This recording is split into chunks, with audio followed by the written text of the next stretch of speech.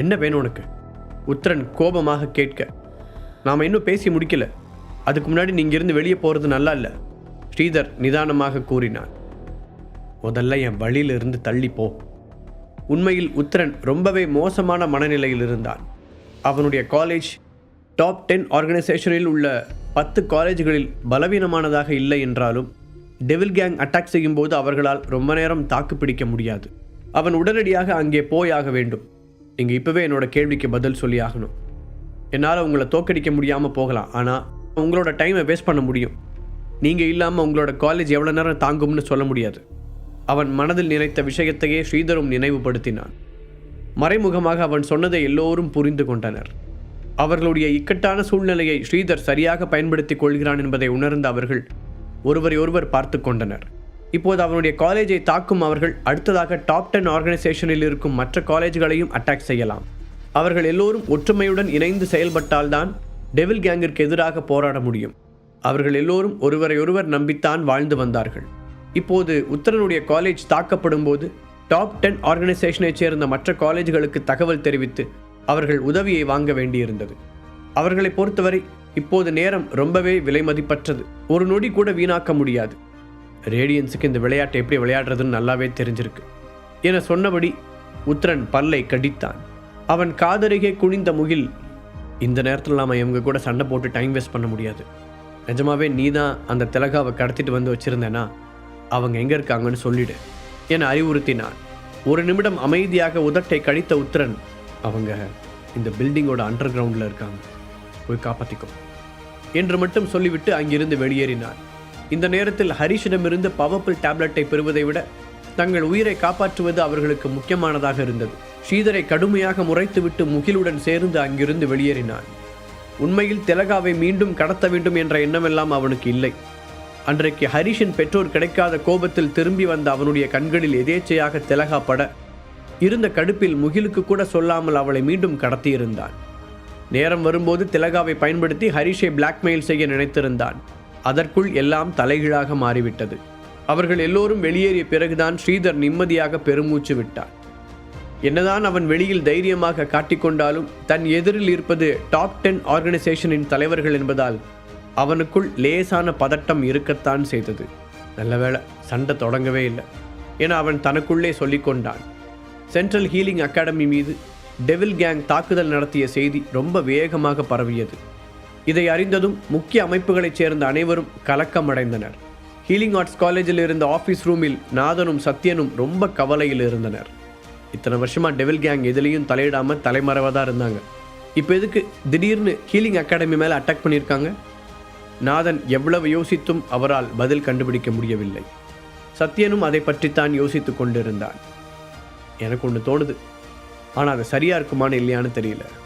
சத்யன் சற்று தயக்கத்தோடு கூற நாதன் அவன் மனதில் உள்ளதை சொல்லும்படி தலையசைத்தார். இவ்வளோ நாள் தலைமறைவாக இருந்த பினாக்கிள் திடீர்னு வெளியே வந்த அதே நேரத்தில் டெவில் கேங் நம்மளை அட்டாக் பண்ணுறாங்க. இவங்களோட நோக்கம் நம்மளை குழப்பத்தில் தள்ளுறது மட்டும் இல்லாமல் நம்மளோட திறன்களை குறைக்கிறதா இருக்கும்னு தோணுது. சத்யன் சொல்ல அதை கேட்ட நாதனின் ரியாக்ஷன் மாறியது. டெவில் கேங் சீக்கிரட்டாக பினாக்கிளோட கூட்டு சேர்ந்துருக்காங்கன்னு நீங்கள் சொல்கிறீங்களா சத்யன்? அவர் திகைப்புடன் கேட்க, அதுக்கு சான்ஸ் இருக்குன்னு தான் தோணுது. ஏன்னா டெவில் கேங் நம்மளோட எந்த விதிகளுக்கும் கட்டுப்பட்ட அமைப்பு கிடையாது. அவங்களுக்குன்னு தனியாக ரூல்ஸ் அண்ட் ரெகுலேஷன் வச்சுருக்காங்க. ஸோ ஏற்கனவே குழப்பத்தில் இருக்கிற இந்த நேரத்தை அவங்களும் பயன்படுத்திக்க நினைக்கலாம். சத்யன் விளக்க, உண்மையிலேயே இது நமக்கு ரொம்ப மோசமான நேரம்தான் நினைக்கிறேன். நாதன் ஒரு பெருமூச்சுடன் கூறினார். அதே நேரத்தில் சிவகங்கையில் இருந்த அந்த ஒதுக்குப்புறமான இடத்தில் ஹரீஷும் அந்த முதியவரும் பேசிக்கொண்டு இருந்தார்கள். நான் உங்களை யாருன்னு கேட்டேன். ஹரீஷ் மீண்டும் ஞாபகப்படுத்த, என்னோட பேர் பிரம்மலிங்கம், எல்லாரும் லிங்கம்னு கூப்பிடுவாங்க. நான் தான் ரீப்பர் ஸ்குவாடோட இன்சார்ஜ். அவர் தன்னை அறிமுகப்படுத்தி கொள்ள ஹரீஷ் அமைதியாக கேட்டுக்கொண்டான். Reaper squad blue, red, black and yellow என்ற வண்ணங்களின் அடிப்படையில் 4 டீம்களாக பிரிக்கப்பட்டிருந்தது. அந்த 4 அணிகளில் ஒவ்வொன்றும் தனித்தன்மையான வலிமையை கொண்டிருந்தது. மேலும் அவை ஒரு குறிப்பிட்ட துறைகளில் திறமையின் உச்சத்தில் இருந்தன. ஹரீஷ், நீ ஒரு ஜீனியஸாக இருந்தாலும் இந்த உலகத்தில் உனக்கு போதுமான அனுபவம் இல்லை. உன்னோட எல்லைகள் விரிவாக இல்லை. அதே மாதிரி உங்ககிட்ட தேவையான பயிற்சி அடித்தளமும் இல்லை. இப்போதைக்கு பீமா கேங், மோகன் ஃபேமிலி, ஹெர்பலிஸ்ட் சொசைட்டி, இது இல்லாமல் இன்னும் வேறு சில அமைப்புகள் கூட உன் மேலே ஒரு கண்ணு வச்சுருக்காங்க. ஆனால் அதுவே நாங்கள் உன்னை தேடி வந்ததில் நிச்சயமாக எந்த தப்பான உள்நோக்கமும் இல்லை. லிங்கம் அமைதியாக வித்தியாசத்தை விளக்கினார். மேலும் அவர் தனது தாடியை நீவியபடி மீண்டும் தொடர்ந்தார். மோகன் குடும்பம் ஒரு நாளும் அவங்க நிலைமையிலிருந்து கீழே இறங்கி உனக்கு ஹெல்ப் பண்ண மாட்டாங்க. அதுவும் இல்லாமல் அவங்க உனக்கு எதிராக செயல்படணும்னு முடிவு பண்ணிட்டா அது உனக்கு பேர் அழிவை தர ஒரு அடியாக தான் இருக்கும். சொல்லிக்கொண்டே வந்த லிங்கம் அடுத்து என்ன பேசுவதென்று யோசித்தபடி வானத்தை நிமிர்ந்து பார்த்தார். எல்லாத்தையும் விட உண்மை என்னன்னா, ரீப்பர் ஸ்குவாட் மட்டும் இல்லைனா நீ என்ன மாதிரியான பயங்கரமான ஆபத்தை எதிர்கொள்ள போறேன்னு உனக்கே தெரியாது என்று அவர் ஹரிஷை எச்சரித்தார். ஆனால் நீங்கள் ஏன் எனக்கு ஹெல்ப் பண்ணுறீங்க? நீங்களும் என்கிட்ட இருக்கிற பவர்ஃபுல் ஃபார்முலாவை கேட்டு தானே இங்கே வந்தீங்க? ஹரிஷ் அவரிடம் நேரடியாக கேட்க, அப்படியே இருந்தாலும் உனக்கு தேவையான பாதுகாப்பை நாங்கள் கொடுக்க முடியும். நீ எங்கள் கூட ஒத்துழைக்கிறது தான் இந்த குழப்பத்திலிருந்து வெளியே வரதுக்கான ஒரே வழி. சொன்ன லிங்கத்தின் டோன் கொஞ்சம் கூட மாறவில்லை. பின்பு நின்று ஹரிஷின் முகத்தை நேராக பார்த்தவர், இவ்வளோ பெரிய பவர் இருந்தும் மோகன் ஃபேமிலியும் ஹெர்பலிஸ்ட் சொசைட்டியும் உன்னை ஏன் எதுவும் செய்யலைன்னு உனக்கு தெரியுமா என ஒரு கேள்வியை முன்வைத்தார். கொஞ்ச நேரம் அமைதியாக யோசித்த ஹரிஷ், ஏன்னா எந்த சக்தியாக இருந்தாலும் இந்த நாட்டில் அவங்கள நிலைநிறுத்திக்க ஆசைப்பட்டா அவங்க சட்டத்தோட எல்லைக்கு உட்பட்டு தான் செயல்படணும் என்றான். குட், இந்த விஷயத்தை நீ தெரிஞ்சு வச்சிருக்கிறத நினச்சி நான் ரொம்ப சந்தோஷப்படுறேன். நீ ரீப்பர் ஸ்குவாடில் நுழைஞ்சேன்னா அதுக்கப்புறம் உன்னோட ஃபார்முலாவை பாதுகாக்க இந்த முழு நாடும் உதவும். பெரிய ஸ்பெஷலிஸ்ட்டுங்க கூட உனக்காக சப்போர்ட்டுக்கு நிற்பாங்க. அவர் பொறுமையாக விளக்க ஹரிஷின் கண்கள் விரிந்தது. அப்படியான ஆதரவை பெற்றிருப்பதன் அர்த்தம் என்னவென்று அவனுக்கு நன்றாகவே தெரியும். பவர்ஃபுல் ரொம்பவே மதிப்பு மிக்கது என்பதை இந்த கொஞ்ச நாட்களில் அவன் அறிந்திருந்தான். ஆனால் அதன் மதிப்பு இந்த அளவிற்கு அளவிட முடியாததாக இருக்கும் என்று அவன் எதிர்பார்க்கவில்லை.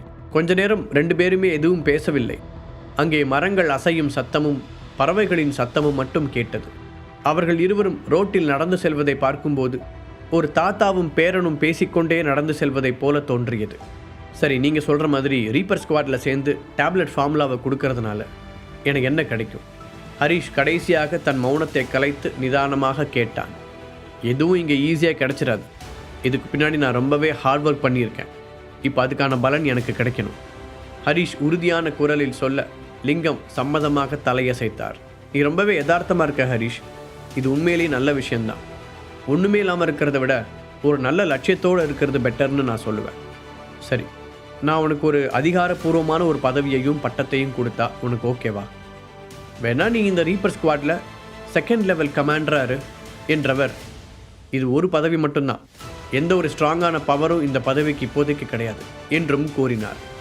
அவர் கூறி முடித்ததை கேட்டு ஹரிஷ் நடப்பதை நிறுத்திவிட்டு அதிர்ச்சியுடன் அவரை பார்த்தான். அது வெறும் பெயரளவு பட்டமாக இருந்தாலும் அது அவனை இன்னும் உயர் பதவியில் கவர்மெண்ட் ஆஃபீஸராக மாற்றும். சென்ட்ரல் கவர்மெண்ட்டில் அப்படிப்பட்ட ஒரு நிலையை ஹரிஷ் வயதில் உள்ள இளைஞன் நினைத்து கூட பார்க்க முடியாது. உடனே அதற்கு பதில் சொல்லாமல், எனக்கு இன்னொரு கோரிக்கையும் இருக்கு. என்னோட குடும்பத்துக்கு ஒரு நல்ல பாதுகாப்பு கிடைக்கணும் என்றான். இப்போது ஹரிஷ் என்னதான் அதிக பலம் மற்றும் அந்தஸ்து உள்ளவர்களை தெரிந்து வைத்திருந்தாலும் மோகன் குடும்பத்தை போன்ற சக்தி வாய்ந்த அமைப்பை எதிர்த்து போராடுவதற்கு ரேடியன்ஸின் தற்போதைய நிலை போதுமானதாக இல்லை. அவன் தனது குடும்பத்தின் பாதுகாப்பை உறுதி செய்வதற்கு முதலில் அவனுக்கு எதிராக திட்டம் போடுபவர்களை பற்றிய தகவல்கள் வந்து சேர வேண்டும். சென்ட்ரல் கவர்மெண்ட்டில் அவன் முக்கிய அதிகாரியாக இருப்பது அந்த வேலையை ரொம்பவே சுலபமாக்கும். நீ ரீப்பர் ஸ்குவாடில் சேரதா இருந்தா நீ கேட்ட எல்லாத்துக்கும் நான் உனக்கு ப்ராமிஸ் பண்ணி தரேன். லிங்கம் தன் கையை நீட்ட ஹரிஷும் அதன் மீது தன் கையை வைத்தான். இது 2 பேருக்குமே பெனிஃபிட் தர பார்ட்னர்ஷிப்பாக இருக்கும்னு நம்புவோம்.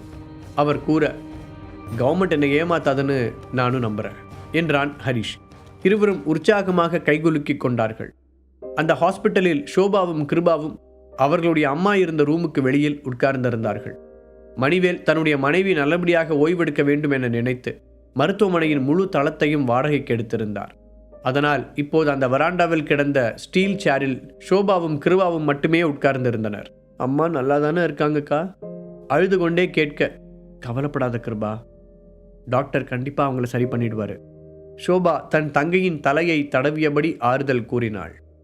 அவர்கள் 2 பேரும் பேசிக்கொண்டிருந்த போது ஒரு நர்ஸ் அவசரமாக ஓடி வந்து, ஃபைனல் டெஸ்ட் ரிசல்ட் எல்லாம் வந்துருச்சு என்றார்.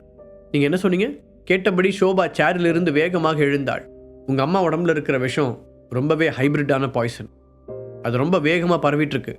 இப்போ உள்ளுறுப்புகளை வேற பாதிச்சிருக்கிறதுனால எங்களோட ஸ்பெஷலிஸ்ட்டுகளால் டெம்பரவரியாக தான் அந்த பாய்சனோட பவரை கண்ட்ரோலுக்கு கொண்டு வர முடிஞ்சது. அந்த நர்ஸ் கூற கேட்டுக்கொண்டு இருந்த 2 பெண்களின் கண்களிலும் ஒரு கலக்கம் தெரிந்தது. அப்படின்னா என்ன சொல்ல வரீங்க? எங்கள் அம்மாவை காப்பாற்ற முடியறது சந்தேகம்னு சொல்கிறீங்களா? என கிருபா கோபமாக கத்த. அச்சோ, மெதுவாக பேசுங்க. இதையே நான் சொல்லக்கூடாது, டாக்டர் வந்து தான் சொல்லணும். ஏதோ உங்கள் 2 பேரையும் பார்க்க பாவமாக இருக்கேன்னு உண்மையை சொல்லிட்டேன் என்ற நர்ஸ் சட்டென்று குரலை தாழ்த்தி கொண்டு, உங்ககிட்ட இதை சொல்லலாமான்னு கூட தெரியல. எப்படி இருந்தாலும் உங்கள் அம்மா கம்ப்ளீட்டாக க்யூர் ஆகணும்னா அதுக்கு சிஸ்டம் கிளீனிங் பில் தான் கரெக்டாக இருக்கும். உங்களால் முடிஞ்சால் அதை தயாரித்து கொடுக்குற யாரையாவது கண்டுபிடிங்க என்று கூற ஷோபாவும் கிருபாவும் என்ன பதில் சொல்வதென்று தெரியாமல் அந்த நர்ஸை பார்த்தனர். அந்த டேப்லெட்டை பல வருஷமாக யாருமே யூஸ் பண்ணலை. உங்கள் அம்மா இருக்க கண்டிஷனுக்கு அதிகபட்சம் இன்னும் 10 நாள் மட்டும்தான் டைம் இருக்குது. அதுக்குள்ளே நீங்கள் அதை கண்டுபிடிக்கணும். அது அவ்வளோ ஈஸியான வேலையாக இருக்காது. இந்த நர்ஸ் பேசிக்கொண்டே போக குறுக்கிட்ட கிருபா, இதை பற்றிலாம் உங்களுக்கு எப்படி தெரியும்? நீங்கள் சொல்கிறத நான் எப்படி நம்புறது என்று கேட்டாள். நான் முதல்ல ஹெர்பல் மெடிசனை பற்றி தான் படிச்சுக்கிட்டு இருந்தேன். அதில் பயிற்சி எடுக்க எனக்கு நிறைய பணம் தேவைப்பட்டதுனால கண்டினியூ பண்ண முடியாமல் இந்த ஃபீல்டுக்கு மாறிட்டேன் என்று அந்த நர்ஸ் விளக்கம் தர அவர்கள் இருவரின் முகத்திலும் ஒரு நம்பிக்கை வந்தது. சரி, இப்போ முடிவாக என்ன தான் சொல்கிறீங்க? எங்கள் அம்மாவை முழுசாக குணப்படுத்த இதை விட்டால் வேறு வழி இல்லையா? ஷோபா கேட்க அந்த நர்ஸ் பதில் சொல்வதற்காக வாயை திறந்தார். அங்கே வந்த நர்ஸ், சிஸ்டம் கிளீனிங் டேப்லெட் மூலமாக மட்டுமே அவர்களின் அம்மாவை குணப்படுத்த முடியும் என்று கூறுகிறார். அப்படின்னா எங்கள் அம்மாவை காப்பாற்ற வேறு வழியே இல்லைன்னு சொல்கிறீங்களா என்று பதட்டத்துடன் ஷோபா கேட்க, எனக்கு தெரிஞ்ச இந்த ஒரு வழி தான் இருக்குது. ஏன்னா உங்கள் அம்மா விஷயத்தில் டயாலிசிஸ் கூட வேலை செய்யாது. சுற்றுமுற்றும் பார்த்த அந்த நர்ஸ் ஒரு பயத்துடன் பதில் சொன்னார்.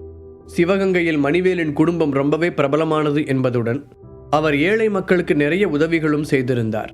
அதனால் அவர்களுக்கு தன்னால் முடிந்த உதவிகளை செய்ய வேண்டும் என்று நினைத்தார் அந்த நர்ஸ். அதனால்தான் யமுனாவின் நிலையை பற்றிய உண்மையை வெளிப்படையாக அவர்களிடம் கூறினார். அப்படின்னா உங்கள் ஹாஸ்பிட்டலில் இருக்கிற டாக்டர்ஸ் எல்லாம் எப்படி ஸ்பெஷலிஸ்ட்னு சொல்கிறீங்க? எங்கள் அம்மாவுக்கு மட்டும் ஏதாவது நடந்துச்சுன்னா இந்த ஹாஸ்பிட்டலோட நிலைமை என்ன ஆகும்னு உங்களுக்கு தெரியாதா? கிருபா இடுப்பில் கை வைத்தபடி மிரட்டும் விதமாக கேட்டாள். தயவு செஞ்சு கொஞ்சம் அமைதியாருமா. சத்தம் போட்டு என் வேலைக்கு வர வச்சிடாத. ஏதோ உங்கள் மேலே இருக்கிற மரியாதையில் ஹெல்ப் பண்ணலான்னு வந்தா கடைசியில் எனக்கே பிரச்சனை உண்டு பண்ணிடுவீங்க போல அந்த பெண் பதற்றத்துடன் கூற. கிருபா, அவனுக்கு என்ன பைத்தியமாக பிடிச்சிருக்கு? அவங்க நமக்கு ஹெல்ப் பண்ண தான் நினைக்கிறாங்க. எதுக்காக நீ திருப்பி அவங்கள மிரட்டுற? நீ இங்கே இருந்து அம்மாவை பார்த்துக்கோ. நான் போய் அவங்க சொன்ன டேப்லெட்டை உருவாக்கக்கூடிய ஒருத்தரை கண்டுபிடிக்கிறேன். ஷோபா தன் தங்கையை அமைதிப்படுத்தினாள். இதை சொல்லும்போதே அவளுடைய மனதில் ஹரிஷ் தான் தோன்றினான். அவனால் நிச்சயம் அந்த மருந்தை தயாரிக்க முடியும் என்ற நம்பிக்கையில் அவள் தன் தங்கையை பாதுகாப்பாக இருக்கும்படி கூறிவிட்டு ஹரிஷை தேடி ஹாஸ்பிட்டலை விட்டு வெளியே ஓடி வந்தாள். அங்கே வந்த நர்ஸ், சிஸ்டம் கிளீனிங் டேப்லெட் மூலமாக மட்டுமே அவர்களின் அம்மாவை குணப்படுத்த முடியும் என்று கூறுகிறார். அப்படின்னா எங்கள் அம்மாவை காப்பாற்ற வேறு வழியே இல்லைன்னு சொல்கிறீங்களா என்று பதட்டத்துடன் ஷோபா கேட்க, எனக்கு தெரிஞ்ச இந்த ஒரு வழி தான் இருக்குது. ஏன்னா உங்கள் அம்மா விஷயத்தில் டயாலிசிஸ் கூட வேலை செய்யாது. சுற்றுமுற்றும் பார்த்த அந்த நர்ஸ் ஒரு பயத்துடன் பதில் சொன்னார். சிவகங்கையில் மணிவேலின் குடும்பம் ரொம்பவே பிரபலமானது என்பதுடன் அவர் ஏழை மக்களுக்கு நிறைய உதவிகளும் செய்திருந்தார். அதனால் அவர்களுக்கு தன்னால் முடிந்த உதவிகளை செய்ய வேண்டும் என்று நினைத்தார் அந்த நர்ஸ். அதனால்தான் யமுனாவின் நிலையை பற்றிய உண்மையை வெளிப்படையாக அவர்களிடம் கூறினார். அப்படின்னா உங்கள் ஹாஸ்பிட்டலில் இருக்கிற டாக்டர்ஸ் எல்லாம் எப்படி ஸ்பெஷலிஸ்ட்னு சொல்கிறீங்க? எங்கள் அம்மாவுக்கு மட்டும் ஏதாவது நடந்துச்சுன்னா இந்த ஹாஸ்பிட்டலோட நிலைமை என்ன ஆகும்னு உங்களுக்கு தெரியாதா? கிருபா இடுப்பில் கை வைத்தபடி மிரட்டும் விதமாக கேட்டாள். தயவு செஞ்சு கொஞ்சம் அமைதியாருமா. சத்தம் போட்டு என் வேலைக்கு வர வச்சிடாத. ஏதோ உங்கள் மேலே இருக்கிற மரியாதையில் ஹெல்ப் பண்ணலான்னு வந்தா கடைசியில் எனக்கே பிரச்சனை உண்டு பண்ணிடுவீங்க போல அந்த பெண் பதற்றத்துடன் கூற. கிருபா, அவனுக்கு என்ன பைத்தியமாக பிடிச்சிருக்கு? அவங்க நமக்கு ஹெல்ப் பண்ண தான் நினைக்கிறாங்க. எதுக்காக நீ திருப்பி அவங்கள மிரட்டுற? நீ இங்கே இருந்து அம்மாவை பார்த்துக்கோ. நான் போய் அவங்க சொன்ன டேப்லெட்டை உருவாக்கக்கூடிய ஒருத்தரை கண்டுபிடிக்கிறேன். ஷோபா தன் தங்கையை அமைதிப்படுத்தினாள். இதை சொல்லும்போதே அவளுடைய மனதில் ஹரிஷ் தான் தோன்றினான். அவனால் நிச்சயம் அந்த மருந்தை தயாரிக்க முடியும் என்ற நம்பிக்கையில் அவள் தன் தங்கையை பாதுகாப்பாக இருக்கும்படி கூறிவிட்டு ஹரிஷை தேடி ஹாஸ்பிட்டலை விட்டு வெளியே ஓடி வந்தாள். ஹரிஷ் இதற்கு முன்பு மோனிஷாவுக்காக ஒரு ரிப்பேர் டேப்லெட்டை தயாரித்தது அவளுக்கு நன்றாக ஞாபகம் இருந்தது. அதோடு கணபதியின் உயிரை காப்பாற்றக்கூட அவன்தான் மாத்திரை தயாரித்து கொடுத்தான் என்ற செய்தியும் நினைவுக்கு வர ஹரிஷால் மட்டும்தான் தன் தாயின் உயிரை காப்பாற்ற சரியான நேரத்தில் டேப்லெட்டை தயாரித்து கொடுக்க முடியும் என்று அவள் உறுதியாக முடிவெடுத்தாள். அதே நேரத்தில் அந்த ஆடம்பரமான ஹோட்டலின் பிரைவேட் டைனிங் ரூமில் உட்கார்ந்திருந்த மணிவேல் தன் எதிரில் இருந்த பெண்ணை வெறித்து பார்த்து கொண்டிருந்தார். அந்த பெண்ணும் ஒரு வெட்டும் பார்வையுடன் தான் மணிவேலை பார்த்து கொண்டிருந்தாள். இருவருக்கும் இடையில் இருந்த மேஜையில் ஏதோ ஒரு இயந்திரம் வைக்கப்பட்டிருக்க அதிலிருந்து ஒரு மென்மையான வாசம் வெளிப்பட்டு அந்த சூழலுக்கு ஒரு அமைதியை கொடுத்தது. நீங்கள் ரொம்ப நாளாக என்னை பார்க்கவே இல்லை, இன்றைக்கி என்ன திடீர்னு என்னை மீட் பண்ணணும்னு கூப்பிட்ருக்கீங்க? அந்த பெண் ஒரு குழப்பமான முகபாவத்துடன் மணிவேலை பார்த்து கேட்டாள். அவர்கள் 2 பேரையும் பார்க்கும் யாரும் அந்த பெண்ணை பார்த்து ஆச்சரியப்பட்டிருப்பார்கள். அவளுடைய பெயர் மாலதி ஈஸ்வரன். அந்த ஊரில் ரொம்பவே புகழ் பெற்றவள். மணிவேல் நேரடியாக விஷயத்திற்கு வந்தார். என்னோட ஒய்ஃப் யமுனாவுக்கு நீதான் விஷம் கொடுத்தியா என அவர் கேட்க, இதை கேட்க தான் இன்றைக்கி என்னை பார்க்க வந்தீங்களா? பதிலுக்கு கேட்டவள் கண் சிமிட்டாமல் அவரை பார்த்தாள். அவளுடைய பார்வை மணிவேலை வித்தியாசமாக உணரச் செய்தது. அவர் தன்னுடைய விரக்தியை எப்படி வெளிப்படுத்துவதென்று கூட தெரியாத அளவுக்கு கோபமாக இருந்தார். மணிவேலுக்கு மாலதியை 30 ஆண்டுகளாக தெரியும். இன்னும் சொல்லப்போனால் யமுனாவிற்கு முன்பே மணிவேலுக்கும் மாலதிக்கும் ஒருவரை ஒருவர் பழக்கம். ஆனால் அவர் கடைசியாக மாலதியை பார்த்தபோது இருவரும் பிரிந்து வெவ்வேறு பாதைகளில் செல்ல வேண்டியிருந்தது. என்னோட கேரக்டரை பற்றி உங்களுக்கு நல்லாவே தெரியும். அப்படி ஏதாவது நான் செஞ்சிருந்தா நான் தான் செஞ்சேன்னு வெளிப்படையாக அக்செப்ட் பண்ணிக்குவேன் சொன்ன மாலதி தான் குடித்து கொண்டிருந்த காஃபி கப்பை கீழே வைத்துவிட்டு மீண்டும் அவரை உற்று பார்த்தாள். சில காரணங்களால் ரொம்ப நாள் கழித்து அவரை பார்த்தது அவளுக்கு தாங்க முடியாத மனவலியை கொடுத்தது. அவள் தன்னுடைய மனதை கட்டுக்குள் கொண்டு வர சிறிது நேரம் எடுத்துக்கொண்டு, வேற யாராவது என் கூட உங்களை பார்த்தா தேவையில்லாமல் தப்பாக பேச ஆரம்பிச்சிருவாங்க, அது உங்களுக்கு தான் நல்லதில்லை, அதனால் சீக்கிரமாக நீங்கள் இங்கிருந்து கிளம்புறது நல்லது. இந்த விஷயத்தை பற்றி விசாரிக்க நான் யாரையாவது அனுப்பி வைக்கிறேன். ஏதாவது விஷயம் தெரிஞ்சால் நான் கண்டிப்பாக உங்ககிட்ட சொல்கிறேன். அவள் உணர்ச்சியற்ற குரலில் கூற, இந்த முறை மணிவேல் அவளை ஆழமாக பார்த்தார். பின் ஒரு பெரு மூச்சை விட்டவர் எதுவும் பேசாமல் அந்த ரூமை விட்டு வெளியே வந்தார். அந்த ரூமின் கதவு மூடப்பட்டதும் மாலதி உடனடியாக தன் முழு பலத்தையும் இழந்து விட்டதைப் போல பலவீனமாக உணர்ந்தாள். அப்படியே கண்களை மூடி சோஃபாவில் சாய்ந்த அவளுடைய கண்களின் ஓரத்தில் இருந்து கோடாக கண்ணீர் வழிந்தது. திடீரென ஹரிஷின் போன் அடிக்க அதன் காலர் ஐடியில் ஸ்ரீதரின் பெயர் தெரிந்தது. ஆனால் அவன் உடனடியாக அதை அட்டன் செய்யாமல் லிங்கத்தின் பக்கம் திரும்பி, உங்ககிட்ட சொல்ல வேண்டியதெல்லாம் நான் ஆல்ரெடி சொல்லிட்டேன், இதுக்கு மேலே என்கிட்ட ஏதாவது கேட்கணும்னா இல்லை சொல்லணும்னா என் நம்பருக்கு காண்டாக்ட் பண்ணுங்க என்ற ஹரிஷ் தாங்கள் பேசிக்கொண்டே கணபதியின் வீட்டிற்கு வந்து விட்டதை உணர்ந்தான். அங்கிருந்த கணபதியிடமும் பாலாவிடமும் மரியாதைக்காக 2 வார்த்தை பேசிவிட்டு வேகமாக அந்த பங்களாவை விட்டு வெளியே வந்தான். சார், என்னாச்சு? ஹரிஷ் உங்கள் கோரிக்கையை அக்செப்ட் பண்ணிட்டானா? அங்கே இருந்த ஆஃபீஸர் தயக்கத்துடன் லிங்கத்திடம் கேட்டான். நீ உடனே ரீப்பர் ஸ்குவாடோட ஹெட் ஆஃபீஸுக்கு போய் நாம் கேட்ட உடனே எந்த நேரத்துலையும் ஒரு படையை சவுத் சைடுக்கு அனுப்ப தயாராக இருக்க சொல்லு. நாம் கூடிய சீக்கிரமே மோகன் ஃபேமிலியோட நேருக்கு நேர் மோத போகிறோம். பிரம்மலிங்கம் ஒரு அழுத்தமான குரலில் கூறினார். அதில் அவன் கேட்ட கேள்விக்கான பதில் மறைமுகமாக பொதிந்திருந்தது. அதே நேரத்தில் அந்த வீட்டை விட்டு வெளியே வந்த ஹரிஷ் ஒரு சின்ன சந்துக்குள் நுழைந்தான். இந்த முறை தன்னை யாரும் பின்தொடரவில்லை என்று உறுதி செய்த பின் போனை எடுத்து ஸ்ரீதருக்கு அழைத்தான். இங்கு வந்ததிலிருந்து எப்போதெல்லாம் ஸ்ரீதர் அழைத்தானோ அப்போதெல்லாம் அவனுக்கு ஒரு கெட்ட செய்திதான் காத்திருந்தது. அதனால் ஒரு சலிப்புடன் தான் இந்த முறை அவனுக்கு ஃபோன் செய்தான். மாஸ்டர், என்கிட்ட ஒரு நல்ல நியூஸும் சில கெட்ட நியூஸ்களும் இருக்கு, எதை முதல்ல சொல்லட்டும்? எடுத்தவுடன் ஸ்ரீதர் கேட்க, நீ என்ன சொல்ல வர? சரி, முதல்ல அந்த கெட்ட செய்தியவே சொல்லு. ஹரிஷ் லேசான எரிச்சலுடன் கூறினான். மாஸ்டர், நீங்க முதல்ல நல்ல நியூஸை கேளுங்க, நான் உங்க மாமியாரை காப்பாத்திட்டேன். ஸ்ரீதர் உற்சாகமாக சொல்ல அதை கேட்ட ஹரிஷ் ஒரு நிமிடம் ஒன்றும் புரியாமல் விழித்தான். என்னோட அத்தேவா? அவங்களுக்கு என்ன? அவங்கள தான் ஆல்ரெடி காப்பாத்தியாச்சே என்று குழப்பத்துடன் கேட்டான் அவன். ஆனால் திலகா கடத்தி வைக்கப்பட்டிருந்த போது ஹரிஷுக்கும் சந்தனாவுக்குமான உறவு நிம்மதியாக சென்று கொண்டு இருந்தது. அன்னைக்கு பேசாமல் அவங்கள காப்பாற்றாமலே விட்டுருக்கலாம் என மனதிற்குள் நினைத்து கொண்டான் ஹரிஷ். என்ன மாஸ்டர் இப்படி சொல்றீங்க? டாப் 10 ஆர்கனைசேஷனை சேர்ந்தவங்க உங்க மாமியாரை கடத்தி வச்சிருந்தாங்க, நான் தான் போய் அவங்கள காப்பாற்றி கூட்டிட்டு வந்தேன். ஸ்ரீதர் பெருமையாக சொல்ல, அப்படியா, ரொம்ப சந்தோஷம், அவனுங்களுக்கு வேற வேலையே இல்லை போல என்றான் ஹரிஷ்.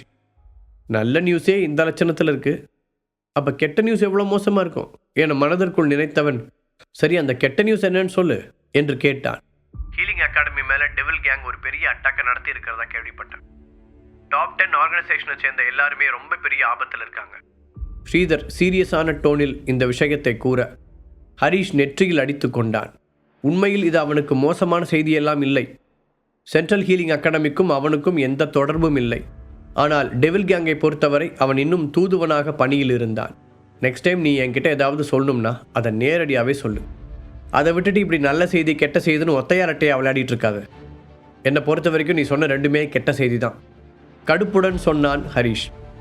அவன் எந்த அர்த்தத்தில் அதை சொல்கிறான் என்று புரியாத ஸ்ரீதர், சரி மாஸ்டர், அப்படின்னா நாம இந்த சண்டையில் சென்ட்ரல் ஹீலிங் அகாடமிக்கு சப்போர்ட் பண்ணலாமா என்று அக்கறையுடன் அவரிடம் கேட்டான். அதற்கு ஒரு காரணம் இருந்தது. மற்ற அமைப்புகளுடன் ஒப்பிடும்போது ரேடியன்ஸின் கொள்கைகள் முற்றிலும் வேறானது. குறிப்பாக உலகில் நீதிக்கான காரணத்தை ஆதரிக்கும் ஒரே அமைப்பாக அது இருந்து வந்தது. அதனால்தான் அவன் அப்படி கேட்டான். இப்போதைக்கு நீங்கள் எல்லாருமே கொஞ்சம் அமைதியாக இருங்க. திரும்பவும் நான் உங்களை காண்டாக்ட் பண்ணி ஆர்டர்ஸ் கொடுக்குற வரைக்கும் நீங்களாக எதுவுமே மூவ் பண்ண வேண்டாம் உத்தரவிடுவது போல கூறிய ஹரிஷ் ஸ்ரீதரின் பதிலை கூட எதிர்பார்க்காமல் ஃபோனை கட் பண்ணி பாக்கெட்டில் வைத்தான். இந்த புது தலைவலியை நினைத்து அவன் முகத்தை சுளித்தான். இந்த டெவில் கேங் ரொம்ப வருஷமாக அமைதியாக தானே இருந்தாங்க, இப்போதுக்கு திடீர்னு சென்ட்ரல் ஹீலிங் அகாடமியை அட்டாக் பண்ணியிருக்காங்க. மற்றவர்களுக்கு ஏற்பட்ட அதே சந்தேகம் அவனுக்கும் தோன்றியது. இந்த சிச்சுவேஷனில் டெவில் கேங்கின் தலைவர் யாரையாவது அனுப்பி அவனை கண்டுபிடித்து அவர்களுக்கு உதவச் சொன்னால் என்ன செய்வது என்ற கேள்வியும் அவனுக்கு எழுந்தது. இதை பற்றியெல்லாம் யோசித்துக் கொண்டிருக்கும் போதே மீண்டும் அவருடைய ஃபோன் அடித்தது. இந்த முறை மணிவேல் தான் அவனை கூப்பிட்டு இருந்தார். ஹரிஷ், நீ எங்க இருக்க? மணிவேல் அவசரமாக கேட்டார். என்ன விஷயம்பா? ஆண்டி நல்லதா இருக்காங்க. அவருடைய கேள்விக்கு நேரடியாக பதில் சொல்லாமல் ஹரிஷ் பதிலுக்கு கேட்க, நீ உடனே நம்ம வீட்டுக்கு திரும்பி வா, உங்ககிட்ட ஒரு முக்கியமான விஷயத்தை பற்றி பேசணும் மணிவேல் பதட்டத்துடன் கூறினார். சரி, இன்னும் கொஞ்ச நேரத்தில் நாங்கள் இருப்பேன் சொன்ன ஹரிஷ் தன் உணர்ச்சிகளை கட்டுப்படுத்தி கொண்டு அந்த சின்ன சந்தில் இருந்து வெளியே வந்தான். அங்கே சென்ற ஒரு டாக்ஸியை நிறுத்தி ஏறியவன் மணிவேல் வீட்டு அட்ரஸை கூறினான். அவன் சொன்னது போலவே கொஞ்ச நேரத்தில் மணிவேலின் வீட்டுக்குள் நுழைந்த ஹரிஷ் அங்கு நடுத்தர வயதுடைய ஆண்களும் பெண்களும் ஒன்றாக அமர்ந்து எதையோ பேசிக் கொண்டிருப்பதை கண்டான். மணிவேல் ஒரு பக்கம் சோகமான முகத்துடன் சேரில் உட்கார்ந்திருக்க அவருக்கு பக்கத்தில் ஷோபாவும் இருந்தாள். இந்த நேரத்தில் இவங்க 2 பேரும் ஹாஸ்பிட்டல் இல்லாமல் இங்கே என்ன பண்ணுறாங்க? மனதிற்குள் யோசித்தபடி ஹரிஷ் அவர்களை பார்க்க அதற்குள் அந்த கூட்டம் பேசிக்கொள்ளும் சத்தம் அவன் காதில் விழுந்தது. இந்த பேரில் ஒரு டேப்லெட்டை பற்றி கேள்விதான் பட்டிருக்கேன், ஆனால் நான் இதுக்கு முன்னாடி அதை பார்த்ததே இல்லை. அதில் ஒருவர் சொல்ல, அப்படின்னா உங்களை விட எனக்கு நிறைய தெரியும், நான் சில புக்ஸில் அதை பற்றி படிச்சிருக்கேன், அது எப்படி உருவாக்குறதுன்னு கூட அந்த புக்கில் இருந்துச்சு, ஆனால் அது எதுவுமே எனக்கு சுத்தமாக புரியல. இன்னொருவர் பதிலுக்கு கூறினார், எனக்கு தெரிஞ்ச வரைக்கும் புக்லேயே இருந்தாலும் அந்த டேப்லெட் செய்கிறதுக்கான ஆட்கள் ரொம்ப குறைவுன்னு தான் நினைக்கிறேன் என்று முதலில் பேசியவன் நம்பிக்கை இல்லாமல் சொல்ல அங்கிருந்த எல்லோரும் அதை பற்றி பேச ஆரம்பித்தார்கள். அவர்களுக்கு அதை பற்றி எந்த விவரமும் தெரியாவிட்டாலும் எல்லாம் தெரிந்தது போல ஏதேதோ கருத்து சொல்லிக் கொண்டிருந்தார்கள். அவர்கள் பேசுவதையெல்லாம் கேட்ட ஹரிஷ் புரியாமல் தலையை அசைத்தபடி மீண்டும் முகத்தை சுளித்தான். அவர்களை கண்டுகொள்ளாமல் அவன் மணிவேலின் அருகில் சென்று அவருடைய தோளில் கை வைக்க அவனை நிமிர்ந்து பார்த்தவரின் கண்கள் கலங்கியிருந்தது. இங்கே என்ன நடக்குதுப்பா? ஹரிஷ் மரியாதையுடன் அவரிடம் கேட்டான். ஹரிஷ், நான் உங்ககிட்ட ஒரு முக்கியமான விஷயம் பேசுறதுக்காக தான் உன்னை கூப்பிட்டேன். ஹாஸ்பிட்டல்ல இருந்து எங்களுக்கு ஒரு நியூஸ் கிடைச்சிது. யமுனாவோட உயிரை காப்பாற்றணும்னா எங்களுக்கு ஒரு சிஸ்டம் கிளீனிங் டேப்லெட் தேவைப்படுது. அந்த டேப்லெட்டை உன்னால் தயாரிக்க முடியும்னு ஷோபா நினைக்கிறான். எனக்குமே உன் மேலே அந்த நம்பிக்கை இருக்கு. உன்னால் அது முடியுமா? மணிவேல் ஒரு தயக்கத்துடன் தான் அவனிடம் கேட்டார். ஹெர்பல் மெடிசனை பொறுத்தவரை ஹரிஷின் திறமை ரொம்ப மேம்பட்டது என்று அவருக்கு தெரியும். ஆனால் சிஸ்டம் கிளீனிங் டேப்லெட் அவ்வளவு சுலபமாக தயாரிக்கக்கூடிய ஒன்று கிடையாது. அதனால் அவருக்குள் சின்னதாக ஒரு பயமும் தயக்கமும் இருந்தது. என்ன பேர் சொன்னீங்க? சிஸ்டம் கிளீனிங் டேப்லெட்டா? கேட்டபடி புருவத்தை சுருக்கிய ஹரிஷ் அந்த டேப்லெட்டை பற்றிய விவரங்களை நினைவுக்கு கொண்டு வர முயற்சித்தான். அந்த மாதிரியான ஒரு டேப்லெட்டை தயாரிக்கணும்னா பிரபஞ்ச ஆற்றல் அதிகமாக இருக்கிற ஒரு இடத்த கண்டுபிடிக்கணும். அதுக்கு மேலே அதுக்கு தேவையான மருத்துவ பொருட்கள் எல்லாமே ரொம்ப ரேரானது. அது மட்டும் இல்லை, அதெல்லாம் எக்ஸ்பென்சிவ் ஆனதும் கூட. இது எல்லாத்தையும் ஃபர்ஸ்ட் நீங்கள் தெரிஞ்சுக்கணும். இது கண்டிப்பாக சிம்பிளான ஒன்று கிடையாது ஹரிஷ் கூற மணிவேலுக்கு பக்கத்தில் உட்கார்ந்திருந்த ஷோபா துள்ளி குதித்து எழுந்தாள். அப்படின்னா இந்த 3 கண்டிஷனையும் நாங்கள் ஃபுல்ஃபில் பண்ணால் உங்களால் அந்த டேப்லெட்டை தயாரித்து கொடுக்க முடியுமா? அவள் உற்சாகமாக கேட்க அவளுடைய சத்தமான குரல் அங்கிருந்த பலரின் கவனத்தை ஈர்த்தது. ஷோபா, என்ன ஜோக் அடிச்சிட்டு இருக்கியா? இந்த பையனுக்கு அதை பற்றி என்ன தெரியும்னு அவங்ககிட்ட கேட்டுக்கிட்டு இருக்க என்று கூட்டத்தில் இருந்த ஒருவர் கேட்டார். முதல்ல அந்த பையனுக்கு சிஸ்டம் கிளீனிங் டேப்லெட்னா என்னன்னு தெரியுமா? இன்னொருவர் கிண்டலாக கேட்க, தம்பி நீ ஒரு ஹெர்பலிஸ்டா? எங்கே ப்ராக்டிஸ் பண்ண? நீ எந்த அமைப்பில் இருக்க? 3வது ஆள் தன்னை அறிவாளியாக நினைத்து கொண்டு அவனை கேள்வி மேல் கேள்வி கேட்டார். ஹரிஷ் அதற்கெல்லாம் பதில் சொல்லாமல் அமைதியாக நிற்க, இருந்தாலும் இந்த பையனுக்கு ரொம்ப திமிரு ஜாஸ்தி தான், மனசில் பெரிய இவன் நினப்பு போல. ஏன் பாப்பா, நீ எதுக்காக இவங்கிட்டலாம் போய் ஹெர்பல் மெடிசனை பற்றி பேசிகிட்டு இருக்க? இன்னொரு பெண்மணி ஷோபாவின் மீது பாய்ந்தார். அவர்கள் பேசுவதையெல்லாம் கேட்டு ஹரிஷின் முகத்தில் எந்த உணர்ச்சிகளும் தெரியவில்லை. அவன் எப்போது போல சாதாரணமாக நின்று கொண்டிருந்தான். அவன் பார்ப்பதற்கு கம்பீரமாக இருந்தாலும் வழக்கம் போல அவனுடைய வயதை வைத்து அவர்கள் குறைவாக மதிப்பிட்டார்கள். ஷோபா ஒரு ஆழமான மூச்சை எடுத்துவிட்டு ஹரிஷின் சார்பாக பேச தயாரானாள். அதற்குள் அங்கிருந்த மேஜையின் மீது யாரோ திடீரென்று அடிக்க அந்த பெரிய ஹால் மொத்தமும் அமைதியானது. எல்லோரும் திகைப்புடன் திரும்பி பார்த்தனர். முழு கதையையும் கேட்டு மகிழ பாக்கெட் FM ஆப்பை டவுன்லோட் செய்யுங்கள். லிங்க் டிஸ்கிரிப்ஷனில் கொடுக்கப்பட்டுள்ளது.